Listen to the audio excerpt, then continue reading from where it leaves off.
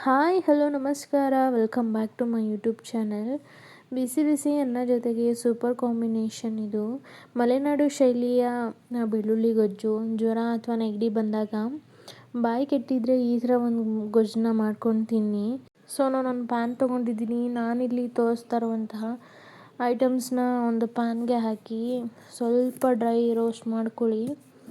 ಇಲ್ಲಿ ಅರ್ಧ table spoon ಮೆಣಸು ತೊಗೊಂಡಿದ್ದೀನಿ, 1 ಟೇಬಲ್ ಸ್ಪೂನು ಜೀರಿಗೆ ತೊಗೊಂಡಿದ್ದೀನಿ, 1 ಟೇಬಲ್ ಸ್ಪೂನು ಸಾಸಿವೆ ತೊಗೊಂಡಿದ್ದೀನಿ, ಒಂದು 3-4 ಹಸಿಮೆಣ್ಸಿಕಾಯಿ ತೊಗೊಂಡಿದ್ದೀನಿ, 1/4 ಟೇಬಲ್ ಸ್ಪೂನ್ ಆಗೋಷ್ಟು ಮೆಂತ್ಯ ತೊಗೊಂಡಿದ್ದೀನಿ. ಇಷ್ಟನ್ನು ಫುಲ್ಲು ಡ್ರೈ ರೋಸ್ಟ್ ಮಾಡ್ಕೊಳ್ಳಿ. ಸ್ವಲ್ಪ ಬಿಸಿ ಆದರೆ ಸಾಕು. ಸ್ವಲ್ಪ ಬಿಸಿ ಆದಮೇಲೆ ನಾನು ಒಂದು ಪ್ಲೇಟಿಗೆ ಸರ್ವ್ ಮಾಡ್ಕೊತಾ ಇದ್ದೀನಿ. ಸ್ವಲ್ಪ ಆರಾದಮೇಲೆ ಇದನ್ನು ಮಿಕ್ಸಿ ಜಾರಿಗೆ ಹಾಕಿ ರುಬ್ಕೊಳ್ಳಿ.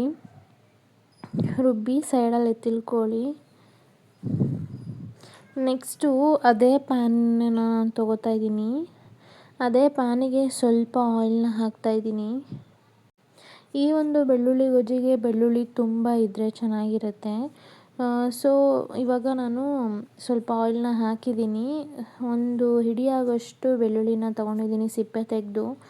ಒಂದು ಈರುಳ್ಳಿನ ಕಟ್ ಮಾಡಿ ಸೇರಿಸ್ಕೊತಾ ಇದ್ದೀನಿ. ಸ್ವಲ್ಪ ರುಚಿಗೆ ತಕ್ಕಷ್ಟು ಉಪ್ಪನ್ನ ಹಾಕ್ತಾಯಿದ್ದೀನಿ. ಸ್ವಲ್ಪ ಹುಣಸೆಹಣ್ಣು ತೊಗೊಂಡಿದ್ದೀನಿ. ಇದಿಷ್ಟು ಕೂಡ ಸ್ವಲ್ಪ ಸಾಫ್ಟ್ ಆಗೋವರೆಗೂ ನೀವು ಫ್ರೈ ಮಾಡಿಕೊಂಡ್ರೆ ಸಾಕಾಗುತ್ತೆ. ಇದು ಜ್ವರ ನೆಗಡಿ ಬಾಯಿ ಏನಾದ್ರು ಕೆಟ್ಟಿದ್ದಾಗ ಈ ಥರ ಒಂದು ಗೊಜ್ಜು ಮಾಡ್ಕೊಂಡು ತಿನ್ನೋಕ್ಕಂತೂ ಸಿಕ್ಕಾಪಟ್ಟೆ ಸಖತ್ತಾಗಿರುತ್ತೆ. ಯಾವುದೇ ಥರ ಮನೇಲಿ ತರಕಾರಿ ಇಲ್ಲದಾಗ ನೀವು ಇದನ್ನು ಟ್ರೈ ಮಾಡ್ಬೋದು. ಅದನ್ನೆಲ್ಲ ಫ್ರೈ ಮಾಡ್ಕೊಂಡಾದ್ಮೇಲೆ ಸ್ವಲ್ಪ ಆರಾದಮೇಲೆ ಮಿಕ್ಸಿಲಿ ಗ್ರೈಂಡ್ ಮಾಡಿ ಸೈಡಲ್ಲಿ ಎತ್ತಿಟ್ಕೊಳ್ಳಿ. ಸೊ ಅದೇ ಪ್ಯಾನಿಗೆ ಇನ್ನೊಂದು ಸ್ವಲ್ಪ ಆಯಿಲ್ನ ಹಾಕ್ಕೋತಾ ಇದ್ದೀನಿ. ಆಯಿಲ್ ಕಾದ ನಂತರ ಸ್ವಲ್ಪ ಸಾಸಿವೆನ ಹಾಕ್ತಾಯಿದ್ದೀನಿ. ಸಾಸಿವೆ ಸ್ವಲ್ಪ ಸಿಡಿದ ನಂತರ ಒಂದು ಅರ್ಧ ಟೇಬಲ್ ಸ್ಪೂನ್ ಹೆಸರುಬೇಳೆ, ಒಂದು ಅರ್ಧ ಟೇಬಲ್ ಸ್ಪೂನ್ ಉದ್ದಿನಬೇಳೆ, ಸ್ವಲ್ಪ 1 ಟೇಬಲ್ ಸ್ಪೂನ್ ಆಗೋಷ್ಟು ಕಡಲೆಬೇಳೆನ ತೊಗೊಳ್ಳಿ. ನಿಮಗೆ ಕಡಲೆಬೇಳೆ ಮತ್ತು ಹೆಸರುಬೇಳೆ ಬೇಡ ಅಂದರೆ ನೀವು ಸ್ಕಿಪ್ ಮಾಡ್ಕೋಬೋದು. ಹಾಕಿದರೆ ಚೆನ್ನಾಗಿರುತ್ತೆ. ಒಂದು ಬ್ಯಾಡಗಿ ಮೆಣಸಿನ್ಕಾಯಿ ಮತ್ತು ಸ್ವಲ್ಪ ಕರಿಬೇವಿನ ಸೊಪ್ಪನ್ನ ಹಾಕಿ ಸ್ವಲ್ಪ ಎಣ್ಣೆಲಿ ಫ್ರೈ ಮಾಡ್ಕೊತಾ ಇದ್ದೀನಿ. ಅನ್ನದ ಜೊತೆಗೆ ತುಪ್ಪ ಹಾಕ್ಕೊಂಡು ಈ ಒಂದು ಗೊಜ್ಜನ್ನ ಹಾಕ್ಕೊಂಡು ತಿಂತಾಯಿದ್ರೆ ತುಂಬಾ ಹೆಲ್ದಿ ಅಂತಲೇ ಹೇಳ್ಬೋದು. ಸಿಕ್ಕಾಪಟ್ಟೆ ಚೆನ್ನಾಗಿರುತ್ತೆ. ನೀವು ಒಂದು ಸಲ ಮನೇಲಿ ಟ್ರೈ ಮಾಡಿ ಪದೇ ಪದೇ ಮಾಡ್ತೀರಾ. ಸೊ ಇಲ್ಲಿ ಒಗ್ಗರಣೆಲಿ ಸ್ವಲ್ಪ ಫ್ರೈ ಮಾಡ್ಕೊಂಡಾದ್ಮೇಲೆ ನಾವೇನು ರುಬ್ಬಿಟ್ಕೊಂಡಿದ್ವಲ್ಲ ಆ ಮಸಾಲೆನ ಇದರೊಳಗಡೆ ಹಾಕ್ತಾಯಿದ್ದೀನಿ. ಸೊ ಇದು ಹಸಿ ವಾಸನೆ ಎಲ್ಲ ಹೋಗೋವರೆಗೂ ಇದನ್ನು ಎಣ್ಣೆಲೇ ಫ್ರೈ ಮಾಡ್ಕೊಳ್ಳಿ. ಹಾಗೆಯೇ ಸ್ವಲ್ಪ ಬೆಳ್ಳುಳ್ಳಿ ತೊಗೊಂಡು ಸಿಪ್ಪೆ ಸಮೇತ ಡ್ರೈ ರೋಸ್ಟ್ ಮಾಡ್ಕೊಳ್ಳಿ. ಸಿಪ್ಪೆ ಎಲ್ಲ ತೆಗೆದಾದ್ಮೇಲೆ ಸ್ವಲ್ಪ ರೋಸ್ಟ್ ಆಗಿರುತ್ತೆ ಅದನ್ನು ನಾನು ಈ ಟೈಮಲ್ಲಿ ಹಾಕ್ಕೊಳ್ತಾ ಇದ್ದೀನಿ. ನೀವು ಜಜ್ಜಿ ಕೂಡ ಆ್ಯಡ್ ಮಾಡ್ಕೋಬೋದು ಬೆಳ್ಳುಳ್ಳಿನ. ನಾನು ಆಲ್ರೆಡಿ ಸ್ವಲ್ಪ ಡ್ರೈ ರೋಸ್ಟ್ ಮಾಡಿರೋದ್ರಿಂದ ನಾನು ಹಾಗೆ ಹಾಕ್ಕೋತಾ ಇದ್ದೀನಿ.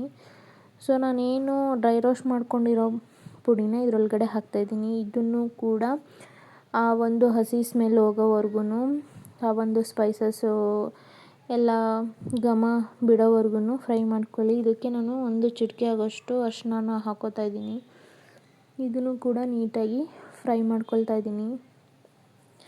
ಇವಾಗ ಸ್ವಲ್ಪ ನಾನು 1 ಟೇಬಲ್ ಸ್ಪೂನ್ ಆಗೋಷ್ಟು ಅಚ್ಚ ಖಾರದ ಪುಡಿನ ನಾನು ಹಾಕ್ಕೋತಾ ಇದ್ದೀನಿ.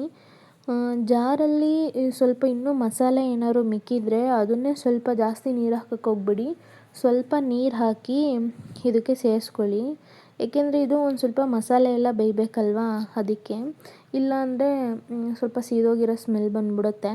ಸೊ ನಾನು ಒಂದು ಸ್ವಲ್ಪ ನೀರು ಹಾಕ್ಕೊಂಡು ಅದೇ ಮಿಕ್ಸಿ ಜಾರಿಗೆ ನಾನು ಆ್ಯಡ್ ಮಾಡ್ಕೋತಾ ಇದ್ದೀನಿ. ಇದನ್ನು ಲೋ ಫ್ಲೇಮಲ್ಲೇ ಬೇಯಿಸ್ಕೊಳ್ಳಿ. ತುಂಬ ಹೈ ಫ್ಲೇಮಿಗೆ ಹೋದರೆ ಮಸಾಲೆ ಎಲ್ಲ ಬೇಯಲ್ಲ, ಸ್ವಲ್ಪ ಸೀದೋಗಿಬಿಡುತ್ತೆ. ಒಂದು 10 ನಿಮಿಷ ಬೇಯಿಸ್ಕೊಂಡ್ರೆ ಬೆಳ್ಳುಳ್ಳಿ ಗೊಜ್ಜು ರೆಡಿಯಾಗುತ್ತೆ. ಬೆಳ್ಳುಳ್ಳಿ ಗೊಜ್ಜನ್ನ ತುಂಬ ಜನ ತುಂಬ ಥರ ಮಾಡ್ತಾರೆ. ಈ ಒಂದು ವಿಧಾನದಲ್ಲಿ ಮಾಡಿ ತುಂಬ ನೀವು ಇಷ್ಟಪಡ್ತೀರಾ. ಸೊ ಒಂದು 5 ನಿಮಿಷದಿಂದ 10 ನಿಮಿಷದವರೆಗೂ ಫ್ರೈ ಮಾಡ್ಕೊಂಡಾದ್ಮೇಲೆ ಟೇಸ್ಟ್ನ ನೋಡಿ ನಾನು ಸ್ವಲ್ಪ ಸಾಲ್ಟನ್ನ ಹಾಕ್ಕೋತಾ ಇದ್ದೀನಿ. ನೀವೇ ನೋಡ್ತಾ ಇರ್ಬೋದು, ನಾವು ಫ್ರೈ ಮಾಡ್ತಾ ಅದು ತಾನಾಗೇ ಗಟ್ಟಿ ಆಯಿತು. ಪ್ಯಾನಿಗೇನು ಅಂಟ್ಕೊಳ್ತಾ ಇಲ್ಲ. ಈ ಥರ ಆಗುತ್ತಲ್ವ, ಆವಾಗ ಬೆಳ್ಳುಳ್ಳಿ ಗೊಜ್ಜು ರೆಡಿಯಾಗಿದೆ ಅಂತ ಅರ್ಥ. ಬೆಳ್ಳುಳ್ಳಿ ಎಷ್ಟು ಇಮ್ಯುನಿಟಿ ಬೂಸ್ಟರ್ ಅಂತ ಹೇಳಿದ್ರೆ, ಬೆಳ್ಳುಳ್ಳಿ ಯಾರು ತಿನ್ನಲ್ಲ ನಿಜವಾಗ್ಲೂ ಈ ಥರ ಒಂದು ರೆಸಿಪಿನ ಮಾಡ್ಕೊಂಡು ತಿನ್ನಿ, ಹೆಲ್ದಿ ರೆಸಿಪಿನೇ ಅಂತಲೇ ಹೇಳ್ಬೋದು. ನೀವೇ ಹೇಳ್ತೀರಾ ಮನೇಲಿ ಮಾಡಿದಾಗ ಇಷ್ಟೊಂದು ಚೆನ್ನಾಗಿದೆಯಾ ಅಂತ ಅಂದ್ಬಿಟ್ಟು ಪದೇ ಪದೇ ಮಾಡ್ತೀರಾ. ಚಿಕ್ಕವರಿಂದ ಹಿಡಿದು ದೊಡ್ಡೋರ್ವರೆಗೂ ಇದನ್ನು ಮಾಡ್ಕೊಂಡು ತಿನ್ಬೋದು. ಯಾವುದೇ ಥರ ಇರಿಟೇಷನ್ ಅಂತ ಅನಿಸಲ್ಲ. ಸೊ ಈ ಥರ ಒಂದು ಹೆಲ್ದಿ ರೆಸಿಪಿಗಾಗಿ ನನ್ನ ಚಾನಲ್ನ ಸಬ್ಸ್ಕ್ರೈಬ್ ಮಾಡ್ಕೊಳ್ಳಿ. Thank you so much.